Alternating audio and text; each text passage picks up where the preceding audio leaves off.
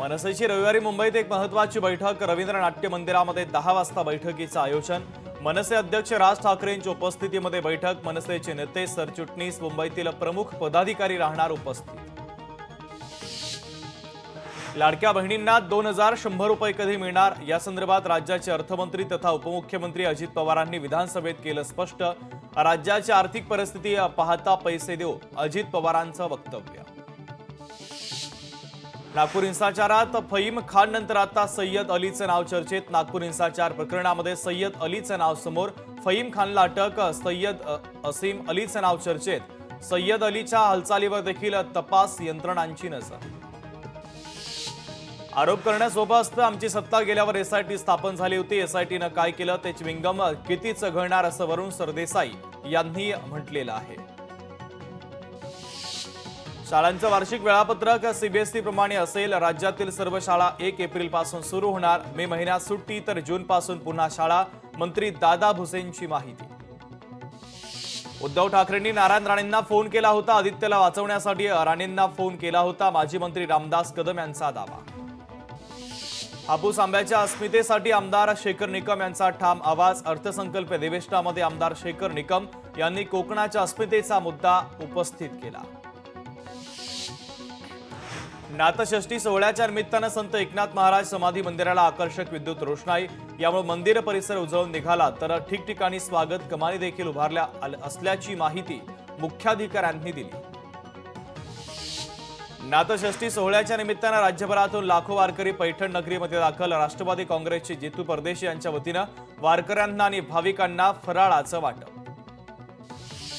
नाथषष्ठी सोहळ्याच्या निमित्तानं पैठण नगरीमध्ये उत्साहाचं वातावरण। जिल्हाधिकारी दिलीप स्वामी, आमदार विलास भुमरे यांनी नाथ समाधीची पूजा करत फुगडी खेळण्याचा आनंद घेतला। पैठणमध्ये नाथषष्ठी निमित्तानं पंचायत समिती कार्यालय ते नाथ मंदिरापर्यंत स्वच्छता दंडी। महसूल प्रशासन आणि पंचायत समितीच्या वतीनं संयुक्तरित्या राबवण्यात आली स्वच्छता मोहीम। जळगावच्या कासमवाडीतील स्वामी समर्थ केंद्र आणि पालखी ग्रुपच्या वतीनं जळगाव ते त्र्यंबकेश्वर स्वामी समर्थ पालखीचं आयोजन। स्वामी समर्थांचं नामस्मरण करत पालखी त्र्यंबकेश्वरकडे रवाना। जेजुरी नगर परिषदेचा नवीन फंडात थकबाकीदारांच्या घरासमोर वाद्य वाजवत जनजागृती आणि कराची वसुली। स्पीकरवर मालमत्ता कर भरण्यासाठी आवाहन।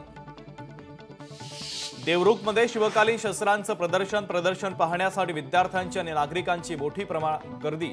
तर आपला इतिहास पुढच्या पिढीला माहीत व्हावा या उद्देशानं प्रदर्शनाचं आयोजन। नंदुरबार जिल्हा रुग्णालयातील परिचारिकांचं आंदोलन। अमरावतीमध्ये सामान्य रुग्णालयातील परिचारिकेवर झालेल्या हल्ल्याच्या निषेधार्थ नंदुरबारमध्ये आंदोलन। गोशाळा संस्थापक भगवान कोकरे महाराजांनी 17 मार्च पासून केली उपोषणाला सुरुवात। लोटे परशुराम येथील गोशाळा संदर्भातील विविध मागण्यांसाठी उपोषण। तर शासनानं पोषण योजनेच्या अंतर्गत गोशाळेच्या बँक खात्यावर केले 33,48,000 रुपये जमा। अमरनाथमध्ये पाणी टंचाईच्या विरोधात नागरिकांचं उपोषण। महाराष्ट्र जीवन प्राधिकरणाला पाणी सुरळीत करण्यासाठी वारंवार पत्रव्यवहार करूनही दुर्लक्ष। साखळी उपोषण करून प्रशासनाला जागं करण्याचा प्रयत्न। नवी मुंबईतील एपीएमसी बाजारामध्ये विविध ठिकाणाहून पालेभाज्या दाखल, मात्र गरमीच्या हंगामात मटर महागले। तब्बल 10 रुपयांनी मटर महागले। ग्राहकांनी फिरवली मटर खरेदीकडे पाठ। नाशिकमधील राष्ट्रवादी काँग्रेस शहर उपाध्यक्ष उमेश जाधव यांच्या भावाची हत्या करणाऱ्या 5 आरोपींना कोर्टामध्ये हजर करणार। नाशिक पोलीस 5 जणांच्या पोलीस कोठडीची मागणी करणार। सोलापूरमध्ये वरिष्ठ पोलीस अधिकाऱ्यांना मारहाण। 2 ते 3 व्यक्तींमध्ये तक्रार झाली होती, ते तक्रार पोलीस स्टेशनमध्ये देण्यासाठी आल्यानंतर पोलिसांना मारहाण करण्याचा धक्कादायक प्रकार। मेरठमधील सौरभ राजपूत हत्याकांडानं देश हादरला। पत्नीनं प्रियकरासोबत मिळून केली पतीची हत्या। मृतदेहाचे 15 तुकडे करून ड्रममध्ये टाकले। परभणीत मुख्याध्यापिका लाचलुचपत विभागाच्या जाळ्यात। शहरातील मॉडेल उर्दू शाळेच्या मुख्याध्यापिका आणि लिपिक या दोघांना 18,000 रुपयांची लाच घेताना रंगेहात पकडलं। लातूरच्या औसामध्ये 116 किलो गांजा वाहनासह जप्त। तेलंगणा, ओडिशा आणि औसा येथील 3 आरोपींवर गुन्हा दाखल। आरोपींकडून 15,81,000 रुपयांचा मुद्देमाल जप्त। औसा पोलिसांची मोठी कारवाई। मुंबई गोवा महामार्गावर अपघात। कंटेनरची मोटारसायकलला धडक। मोटारसायकल स्वाराचा जागीच मृत्यू। सिल्लोड तालुक्यातील निल्लोड फाटा परिसरामध्ये जीप उलटली. अपघातामध्ये एकाचा मृत्यू तर 13 प्रवासी जखमी. जखमींवर उपजिल्हा रुग्णालयामध्ये उपचार सुरू.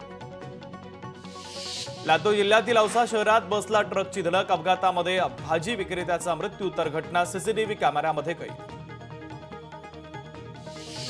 यवतमाळमध्ये पाटणबोरीमध्ये सम्राट हॉटेलवरील कारवाईत 30 जुगारांना अटक. कारवाईच्या दरम्यान 45,65,180 रुपयांचा मुद्देमाल जप्त. विनाप्रमाणा गौण खनिज उत्खनन करणाऱ्या 30 जणांवर कारवाई. पिंपरी चिंचवड अप्पर तहसील कार्यालयाची दंडात्मक कारवाई. 18 कोटी रुपयांचा महसूल जमा. सातपुडा पर्वत रांगेमध्ये भीषण आग. 15 ते 20 किलोमीटर पर्यंत वनसंपत्ती जळून खाक. अनेक जंगली प्राणी देखील आगीमध्ये मरण पावल्याची माहिती. वनवा आटोक्यात आणण्यात वन विभागाला अपयश. कोल्हापुरात रंगपंचमीच्या निमित्तानं हुल्लडबाज वाहन चालकांना वाहतूक शाखेचा दणका. 559 वाहन चालकांवर कोल्हापूर शहर वाहतूक पोलिसांची धडक कारवाई. परभणी शहरातील शिवाजीनगर भागामध्ये स्वामी समर्थ मंदिरातून 15,000 रुपयांचा चांदीचा तांबा लंपास. मंदिराचे सेवक केशव माणिकराव उन्हाळे यांनी नवामुंडा पोलीस ठाण्यात या संदर्भात केली तक्रार दाखल. लाखनी तालुक्यात बिबट्याच्या हल्ल्यात 5 बकऱ्यांचा मृत्यू. वन विभागानं मदत जाहीर करावी. बकरी मालकाची मागणी. नांदेडच्या हिमायतनगरमध्ये एकाच रात्री 3 दुकानामध्ये चोरी. घटना सीसीटीव्ही कॅमेऱ्यामध्ये कैद. घटनेमुळे नागरिकांमध्ये भीतीचं वातावरण. कोल्हापूरमध्ये डीसीबी बँकेचे एटीएम फोडण्याचा प्रयत्न. गांधीनगर परिसरातील निगडेवाडीतील घटना. सीसीटीव्ही कॅमेऱ्यावर स्प्रे मारून केला एटीएम मशीन फोडण्याचा प्रयत्न.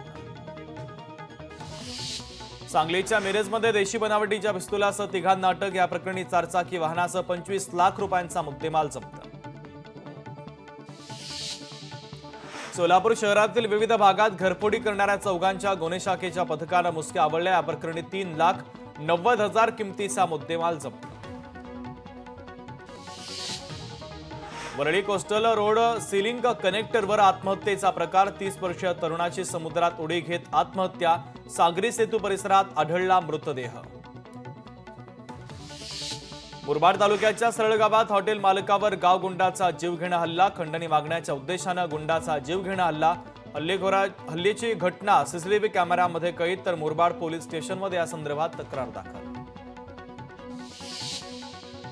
अमरावतीच्या दर्यापूरमध्ये अवैध वृक्षतोड करून कोळसा व्यवसाय. लघु प्रकल्पाजवळील धक्कादायक प्रकार. झाडे झुडपे तोडण्याच्या नावावर मोठ्या झाडांची वृक्षतोड. जालन्यातील आष्टी पोलिसांनी केली अवैध वाळू उपसा करणाऱ्यांवर कारवाई. या कारवाईत ट्रॅक्टर आणि 8,79,000 रुपयांचा मुद्देमाल जप्त. बदलापूरमध्ये एका अल्पवयीन मुलाकडून सायकल चोरी केल्या जात असल्याचा प्रकार उघडकीस. या प्रकरणी बदलापूर पश्चिम पोलीस ठाण्यामध्ये गुन्हा दाखल. बेलवली परिसरातील श्री कॉम्प्लेक्समधील घटना. विधान परिषदेच्या बिनविरोध 5 उमेदवारांचा आज शपथविधी. केचे केनेकर, जोशी, रघुवंशी, खोडके यांचा दुपारी 1 वाजता होणार शपथविधी. नागपूर हिंसाचार प्रकरणी परकीय कनेक्शन. पोलिसांना संशय. सोशल मीडियावर बांगलादेश सोबत संबंधित काही नावं तपासात आढळली. पोलिसांचा दावा. तांत्रिक विश्लेषण सुरू. धनंजय मुंडेंच्या मुंबई सत्र न्यायालयातील याचिकेवरती आज सुनावणी. वांद्रे कोर्टाच्या करुणा शर्मांना दरमहा 2 लाख भत्ता देण्याच्या आदेशाला मुंडेंचा आव्हान. विधानसभा विरोधी पक्षनेता या अधिवेशनात तरी मिळणार का? विधानसभा अध्यक्ष राहुल नार्वेकर यांच्याकडनं तारीख पे तारीख. विरोधकांनी घेतली आतापर्यंत 3 वेळा नार्वेकरांची भेट.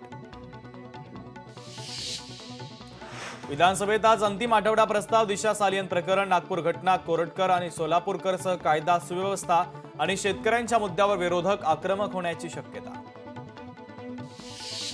पुण्यातील इंजावडी बस अपघातामध्ये धक्कादायक खुलासा. चालकानंच पेटवली बस. जळीत कांडाचं सीसीटीव्ही फुटेज समोर. दिशा सालियनच्या विषयामध्ये तथ्य नाही. खोट्याचा नायटा कराल तर बुमरँग होणार. उद्धव ठाकरेंचा हल्ला. दिशा सालियनच्या वडिलांनंतर सुशांत सिंह राजपूतच्या वडिलांचा धक्कादायक दावा. दिशा आणि सुशांतच्या मृत्यूमागे काहीतरी कनेक्शन असल्याचा संशय. योग्य वेळ आल्यावर दिशा सालियन प्रकरण संसदेमध्ये उपस्थित करणार. नारायण राणेंची न्यूज प्लॅनेट या लोकशाही मराठीच्या कार्यक्रमात माहिती. तर दिशा सालियन प्रकरणी नारायण राणेंची आज पत्रकार परिषद. लोकशाही मराठी ऐका, पहा, जागरूक रहा.